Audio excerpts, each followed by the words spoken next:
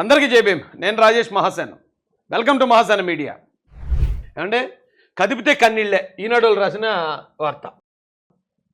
వరద బాధితులు ఒక్కొక్కరితో ఒక్కొక్క గాథ. లోపల ప్రాంతాల్లో ఉన్న వరకు మందులు ఆహారం చేరే దారి లేక అవస్థలు ఒప్పుకుంటున్నారు గవర్నమెంట్. లోపలికి వెళ్ళే దగ్గరికి దారి లేదట, కొన్ని చోట్లకి దారి లేక వాళ్ళకి ఆహారం అందించడానికి అవస్థలు పడాల్సి వస్తుంది గవర్నమెంటే. ఎందుకంటే ఇది గవర్నమెంట్ చేసిన తప్పిదం వల్ల, లేకపోతే గవర్నమెంట్ చేసిన దీనివల్ల, లేకపోతే గవర్నమెంట్ పంపించిన వరద కాదండి, ప్రకృతి వైపరీత్యం ఇది. జరుగుతాయి. జరిగినప్పుడు అన్ని చోట్లకి మేము చేరుకోలేకపోతున్నాం అని గవర్నమెంటే బాధపడే పరిస్థితి ఉంటే, ఇదే పరిస్థితుల్లో సాక్షివాడు ఏం రాస్తున్నాడండి? ఆకలి చావులేనట్టండి అన్ని చనిపోయారు. ఎంతమంది నీటిలో ములుగు చనిపోయారో, లేకపోతే గుండాకు చనిపోయారో, లేకపోతే మరొకటి అనారోగ్యంతో చనిపోయారు. ఇప్పుడున్న ఈ పరిస్థితులకి చనిపోతే అవన్నీ ఆకలి చావులే అని రాశారండి. Main headline.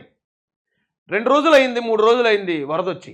ఈ 3 రోజులు ఆకలితో ఉండేవాళ్ళు ఎవరు ఉండరు. ఏదో ఎంతో కొంత ఆహారం అందే అవకాశం ఉంది. ఎందుకంటే ఇంట్లో అన్నా ఎంతో కొంత ఆహారం ఉంటుంది. కానీ కంప్లీట్గా 3 రోజులు ఆహారం తినకపోయినా కూడా మనిషి ప్రాణం అయితే పోదు. ఒక 3 రోజులు ఆహారం లేనంత మాత్రాన మనిషి చనిపోడు.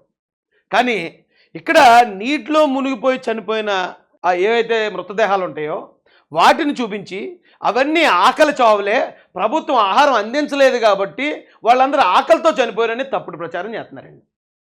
వీళ్ళ మీద యాక్షన్ తీసుకోవాలా. తప్పుడు వార్త ప్రచురించిన ప్రతి ఒక్కడికి ఎప్పటికప్పుడే నోటీస్ వెళ్తూ ఉండాలా. వెళ్ళి దానికి సంబంధించిన ఆధారం ఏంటి, ఏ ఆధారంతో మీరు ఆ న్యూస్ వేశారు, ఆకలితో చనిపోయిన వాళ్ళు ఎవరున్నారని మీరు ఆ న్యూస్ వేశారని ఈ తప్పుడు ప్రచారం చేసే వాళ్ళని కట్టడి చేసే ఒక మెకానిజం ఈ ఏపీ ప్రభుత్వం కనుక తీసుకురాకపోతే మళ్ళీ ఇదే మన పాలిటి శాపం అయిపోద్ది. అక్కడ బాధితులందరూ మాకు ఆహారం అందుతుంది, మాకు వాటర్ అందుతుంది, మాకు అన్ని రకాలుగా బాగానే ఉందనే పరిస్థితి. అలాంటి పరిస్థితుల్లో కూడా ఆకలితో జనం చచ్చిపోతున్నారు. మన 32, నిన్న 15, మొత్తం 47 మంది ఆకలితో చనిపోయారు. ఈ ప్రభుత్వం ఆహారం అందించక చనిపోయారని పబ్లిక్గా హెడ్లైన్ రాస్తున్నారండి. ఏ ఆధారంతో రాశారనేది ప్రభుత్వం అడక్కపోతే ఇంకా వాళ్ళు ఏదైనా చెప్పుకెళ్తారండి. ఎంత దూరమైనా తీసుకెళ్తారు ఆ తప్పుడు ప్రచారాలను.